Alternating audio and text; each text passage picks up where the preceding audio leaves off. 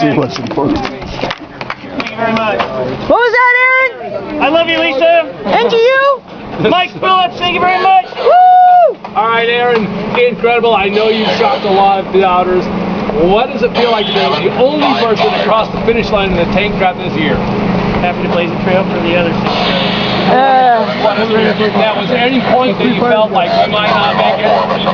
Spike it. Hey, brother. All right. Good job, Spike. Where were you? Spike, here you go, Mike. Go. Spike, come on over here. Man behind the what happened to the straps right there after hole 3? We lost the strap down the trail and run back down again.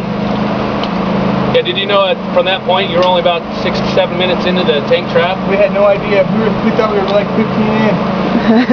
Spike has less video footage than video viewing time than I do. And all I do is if we just kept going forward, we had it.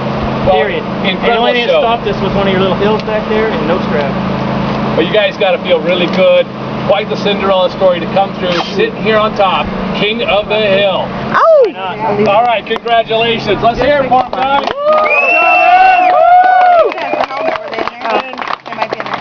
Good job, Aaron. Can we do it again?